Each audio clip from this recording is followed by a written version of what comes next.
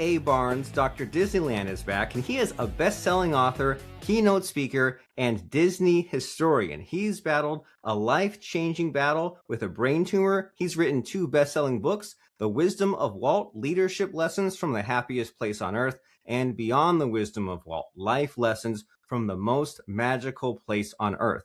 And these books use Walt Disney's life and legacy to inspire you to dream bigger, take action, and create your own magic. So if you're someone that says, I'd love to tap into the mystique, the things done right of Walt Disney into what I'm doing today, such as, but not including, using Disney parks as an example, and just how we can, attract the people we want and brand ourselves and present to the world, and all these things that sound simple, but sometimes we're lacking in. Dr. Disneyland, Mr. Jeff Barnes, is exactly the person we want to speak to. So, Mr. Jeff, it's been so many years. Good to see you. Well, hello, Robert, and thank you so much for having me back. It has been a minute, and what an incredible ride and journey the past decade has been. So you were one of the first people to reach out to me and say, hey, I'd love to have you on the show.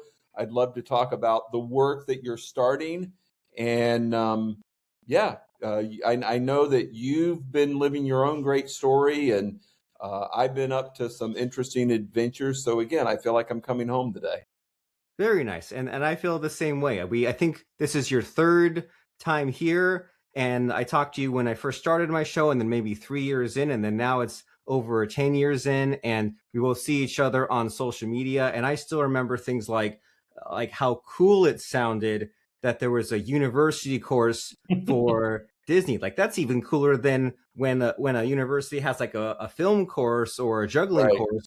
And then there was, like, you were on my show, and then I saw that, like, you gave some presentation in Modesto, which is like right down the street from me. And I was like, oh my gosh, this guy I'd met on a podcast, I missed out on meeting him in real life. But in the meantime, I feel like I have met you with all the Zooms and all the social media. And sometimes that happens, right? With the communication we put out in the world, or the companies we build, like, we're around so much because we're consistent. We apply the 4 C's that you talk about, and that it almost feels like we're someone's best friend that we know, like, and trust. That's the amazing reality of the technology that we enjoy in 2026. And I get, like, technology can be invasive and troubling, but there are a lot of benefits. And one of those is we get to meet people before we are ever in the room physically. And we get to learn about folks. I think people are super interesting. We might not know all of their story, but we get to learn some of their story, despite, physical distance, right? And so as a result, transportation and time and distance aren't the challenges that they used to be, because of the benefits of technology. And I love telling my students when I was in higher ed, technology is anything invented or created after you were born. And so, technology for me when I went to college was a VCR. Technology for Walt Disney when he opened Disneyland was television. Today it's AI. And, the constant challenge is learning to consistently grow and adapt and change and evolve, as that term technology is a moving target as we move through life. That is spooky to think about. Here I was thinking that how weird it is that the young kids these days grew up with internet and they don't know what life was before internet. But now you're saying it's a whole other step, right? Now there's the next generation will be, they don't know what life was like before AI. And like you said, it can be misused or used well. And whenever it's a tool like a hammer, right? You could hit a hole in the wall, or you could hammer a shelf up there. And I for sure, when I'm about to meet someone, I'll go and I'll find them on YouTube. I'll find like Jeff Barnes. I'll find him when he was on a podcast on YouTube, or like, I know you and Lindsey have a new show. And so I'll go and I'll grab the transcript. I'll grab their LinkedIn. I'll put it in AI. I'll say, what do I need to know about this person? Or you, the AI, since you know me because I'm always interacting, where is our overlap? What could we discuss? And it's I don't think it's like it's not cheating, but it just gives you kind of some meat on the bone, right? If you meet someone, it gives you a little bit of an increased chance of success of that first impression going right. Absolutely. And knowing your audience, right? Even if it's an audience of one, gives you a leg up in having that connection and getting off on the right foot in building that relationship. I know, because of my presence on social media, people when they meet Lindsey and I'll introduce her, they'll say, "Oh, I already know you." Well, they've Yeah. never met her in their life, but they're saying that as a result of social media. And that's not really true, but they feel like it's true. And it's a byproduct of technology. And it can be, yes, both a blessing and a curse. Yeah, but we want it to be a blessing, and just like how even Disney can be a mixed bag, right? There's people that are Disney haters, but you look at what made you like it and what worked well for them, and then perhaps we replicate it for ourselves. And something I'm just it's clicking with me was after I met you for a lot of years, you started posting this like in my defense post, right? You'd like post like a delicious dessert and an ice cream, and you'd say in my Almost defense, always like ice cream. yeah, so there was ice cream. Like in my defense, and there was some excuse for having the ice cream, but sometimes it was like every day. And then I Yep. realized like it's been years since I've seen one of those. Maybe I'm not looking on Facebook, but like that just became like an inside joke is the wrong way to say it, but it just became like a recurring gag, I guess. And it was like it got so much engagement, and it was just so funny. And that's like one of those personality quirks where like that's something that you would like have that inside joke with a friend, but here you are doing it like publicly. Right. So for a while, and it's interesting that you picked up on that. I was probably known more for my love of ice cream on social media and defending my love of ice cream, i.e., in my defense, than I was for writing two best-selling books or being a national, international speaker, or even appearing on the History Channel's How Disney Built America. People, for whatever reason, loved the ice cream post. And if I'm being honest, the reason why you haven't seen it for a while is it eventually caught up with me. Um, Yeah. and so I am like really working now to be consistent with my fitness and with my nutrition. And so we backed off of the ice cream. And when we get to where we want to be, in my defense, it will come back. Oh, nice. That'll be a good reward. But something like that, like the kind of making the private public, that's what all the young kids these days want to do, right? They all want to be like Kanye West and be an influencer and just here I share all of my life. But then it only seems to work for like a very small percentage of people, right? Sometimes it's kind of Right. cringe, or sometimes it's forced. And then there's like the kind of the judgment call of like, well, like what do I share? And do I just share the boring businessy stuff, or do I share the private stuff? But is that like too personal, or is that too boring? Will people care? So like, do you ever think about that? Like, what do you share that you want to be like, honest? And if something catches on, like in my defense, you want that to happen organically. But I'm sure some people are just saying like, well, social media, what do I put on it consistently so that way it helps me? Well, I think that's a great question. And I'm always thinking in terms of story. And I'm going to lean into my Walt Disney roots here. Walt never wanted to be remembered for Mickey Mouse, for Snow White and the Seven Dwarfs. He didn't even want to be remembered for Disneyland. Walt Disney only ever wanted to be remembered as a storyteller. And what's required for a great story isn't a happily ever after ending. That's what we tend to chase, but that's not what's required. What's required in a great story is conflict, obstacle, adversity, difficulty. And so when you're thinking about, okay, how do I market? What do I share? What do I not share? What is going to resonate with an audience, whether it's public, whether it's private? is story, and specifically your willingness to be vulnerable around your own conflicts, your own obstacles, your own adversities, and the motivation and the encouragement that you can provide in your story to help others through theirs. Ooh, very nice. So there's a lot built into that, isn't there? There's like the vulnerability, and then there's also the ripple effect, the kind of giving back on the other side once you've overcome that. And so since we're here on a podcast, and podcasts are all about story, and story is all about conflict, what kind of conflict have you been dealing with the past 10 years? I know there's the brain stuff, but like, what's podcast worthy as far as the Jeff Barnes conflicts? Oh, Robert. So as you know, I had a life-threatening brain tumor in 2014, which, spoiler alert, I survived. And that provided the inspiration and motivation for me to write the book that I had been saying I wanted to write for more than 20 years. But I had every excuse and every story in the world for why I couldn't do it. And once I got sick, all of those excuses went out the window. I didn't care anymore. I told myself a different story. And what had been woe is me for 2 decades, I managed to finish in 142 days.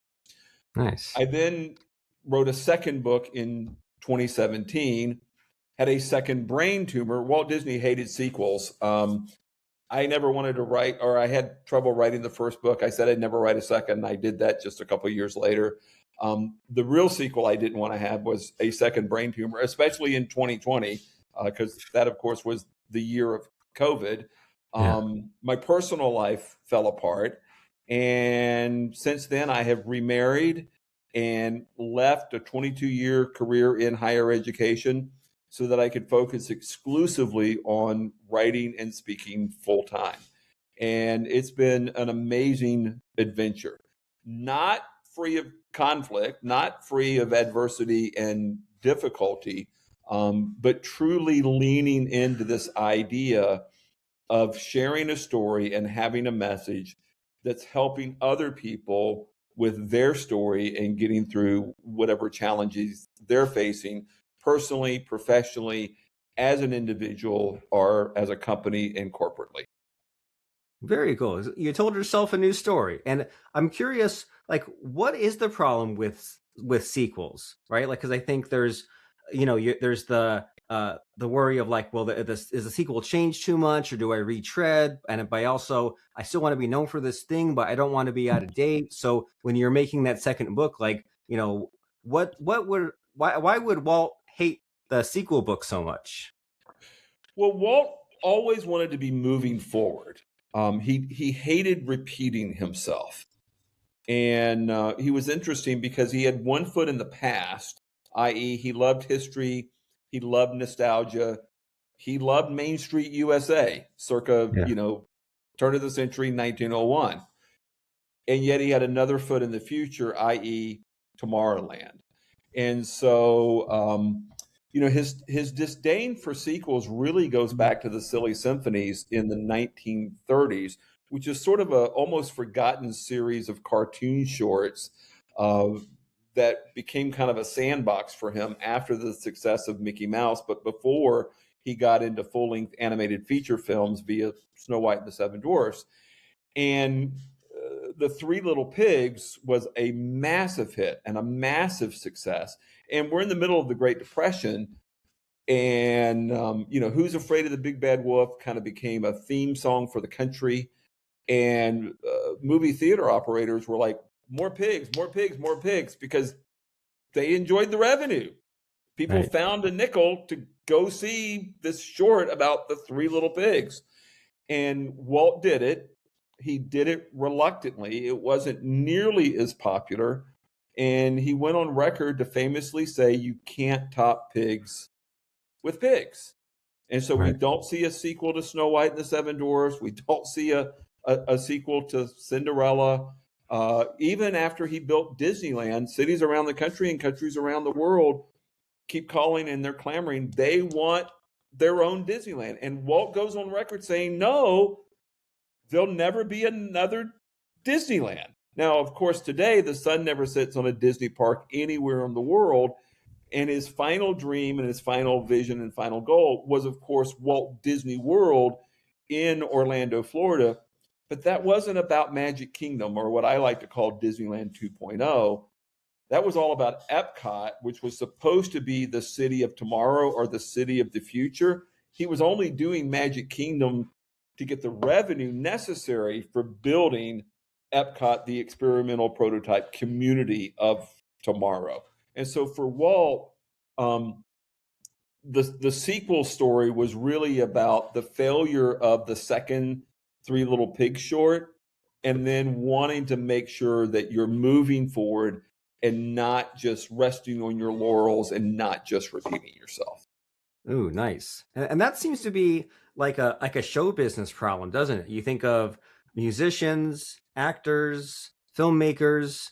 There's like they do all these things. They have highs and lows, and then someone says, "Well, hey, George Lucas, I want you to make another Star Wars. Don't make Willow, right? Don't make something experimental. Just like make more of the thing I want." And then like, musicians say like they'll have a real big hit in the 90s and then they'll make new stuff. And it's like, no, I liked that thing. And so like, do you ever like unpack that or think about that weird paradox of like, sometimes you get your peak and then people just want like more of that same thing. And you're like, no, but I want to experiment.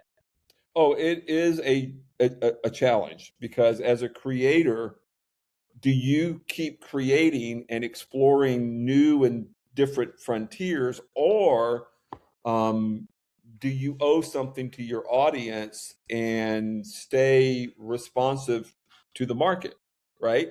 And so, as we're having this conversation, Disney's getting ready to release not Toy Story 2, Toy Story 5. Yeah. And, there's a lot that can be said about Disney today and its addiction to sequels versus Walt's philosophy. And I think we as an audience bear a lot of that responsibility, because we're going to show up for Toy Story 5. Disney knows that. That's why they make the movie. And when Disney does something new and something different and something unique, like Tomorrowland, the movie from a few years ago, which was phenomenal, no one knew what it was and nobody showed up. Right. So you can blame Disney for it, but the responsibility starts with us as the consumer. Nice. We did it to ourselves. And again, it becomes a capitalism problem. Well, it's good to think about some of these big issues, right? Because then we can think about our own direction in our life and our business. And it's Disney especially is it's so cool because it's an extreme example, right? Like there's nothing like it. It's its own brand. And then it's got such a history with like the cartoons, and then now it's all into Marvel and Star Wars and all that kind of fun stuff. And it's just like it's cool to think of to see an example of some company that's like stood the test of time, means so many things to different people, done a lot of things right, and you can just like pick and choose a few items that work really well in your business. And you've made a whole career about it, right? You've got the new podcast with Lindsey, you've got the upcoming book, but since we're limited on time, we only have a few minutes, and I want to focus on what's important to you. Do you think in this whole soup of the conversation, do you think there might be a missing question that I should be asking you? I just don't know to ask you. Well, I love that question. And yes. So what is the difference between Walt Disney and everybody else? And, you might think, oh, well, he was this amazing visionary. And he was. And he was this phenomenal creative genius. And he was. But at the end of the day, the real difference between Walt Disney and everybody else was his willingness and his courage to take action. The dream for Disneyland started on a park bench when his girls are riding a merry-go-round in downtown Los Angeles, and he starts thinking and dreaming of a place where the parents and the children can have fun together. Robert, we have 70,000 thoughts and ideas a day. Walt got up off the bench and took action on that idea. And he had the courage to consistently take action despite all of the doubts, all of the conflict, all of the naysayers. And, we can sit on the park bench and think ourselves into oblivion. We need to get up and start taking courageous and consistent action. And that's going to move the needle in our life and move the needle in our business more than any other thought or any other idea. Very nice. And why don't people take action? Why can't people find the courage? Fear. Our brains convince us that we need to stay exactly where we are because it's safe and because it's comfortable. And if we venture off into the unknown, we're going to get eaten by a dinosaur or a lion or a tiger or a bear. We're not, but it feels like we are. And, Walt's wife, Lily, once said, "I've never seen Walt beaten at anything." And this is a man who was bankrupt at age 21. This is a man who lost his first successful cartoon character, who was not Mickey Mouse, but Oswald the Lucky Rabbit. This was a man who no one believed he should do a full-length animated feature film, Snow White and the Seven Dwarfs. And this is a man whose own wife and own brother did not have faith in Disneyland and were convinced it would be bankrupt, shuttered, and forgotten in 6 months or less. Walt did not care. He believed in himself. He believed in his goals. He believed in his dreams. He got up off the bench and took consistent and relentless action. And that's how you change your life. That's how you change your story. Very inspiring. Very nice. So override your programming, proceed despite the fear, and you don't even need 2 brain tumors to get you into action. You can choose to do it today without other things piling up on you, no matter what it is. And so if someone says, man, I'm inspired and entertained and intrigued hearing about the possibilities and hearing about these insights about Walt Disney, how does someone find out about the books, website, more about you? What are some next steps? Well, you can find me at thewisdomofwalt.com. And my number one encouragement is for people to sign up for the 100% free weekly Wednesdays with Walt newsletter.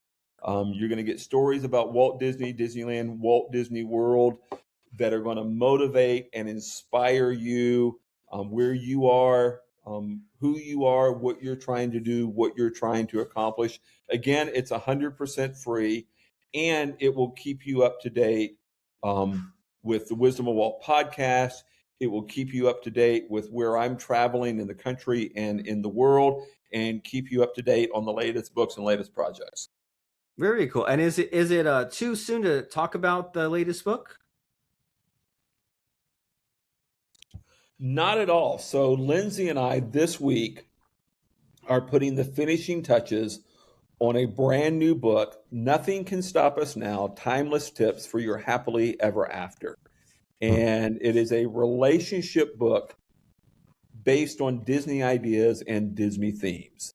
And so we talk about our life. We share our story. It's very vulnerable in that we are very open about, where we have struggled and where we have had our own conflicts. And then we give what I think is very basic and rudimentary relationship advice, but it's a ton of fun because it is all versed through the lens of Disney. And so if you're a Disney lover, if you're a Disney fan, and you want to have a better relationship, I mean, who doesn't, right? This is going to be the book for you. Well, how much fun. Well, that's a cute idea, and I can't wait for it to come out. Nothing Can Stop Us Now by Jeffrey and Lindsey. And that website is thewisdomofwalt.com, where you can go there and subscribe to those Wednesday newsletters. We've been speaking with Dr. Jeffrey A. Barnes, who's the best-selling author and captivating keynote speaker. that engages the audience with lessons learned from Walt Disney. But before I let you go, Mr. Jeff, it's time for the scary part of the podcast where I try to stump you. I try to put you on the spot by asking about a fun or interesting quote or lesson that has served you. So what comes to mind as far as a fun or interesting quote or lesson? I heard this the other day. It's not necessarily Disney related, but I love it regardless. Life is hard. Enjoy it anyway. Nice. And, Walt once said, happiness is a choice. And I think that is 100% true. We think it's circumstantial, right?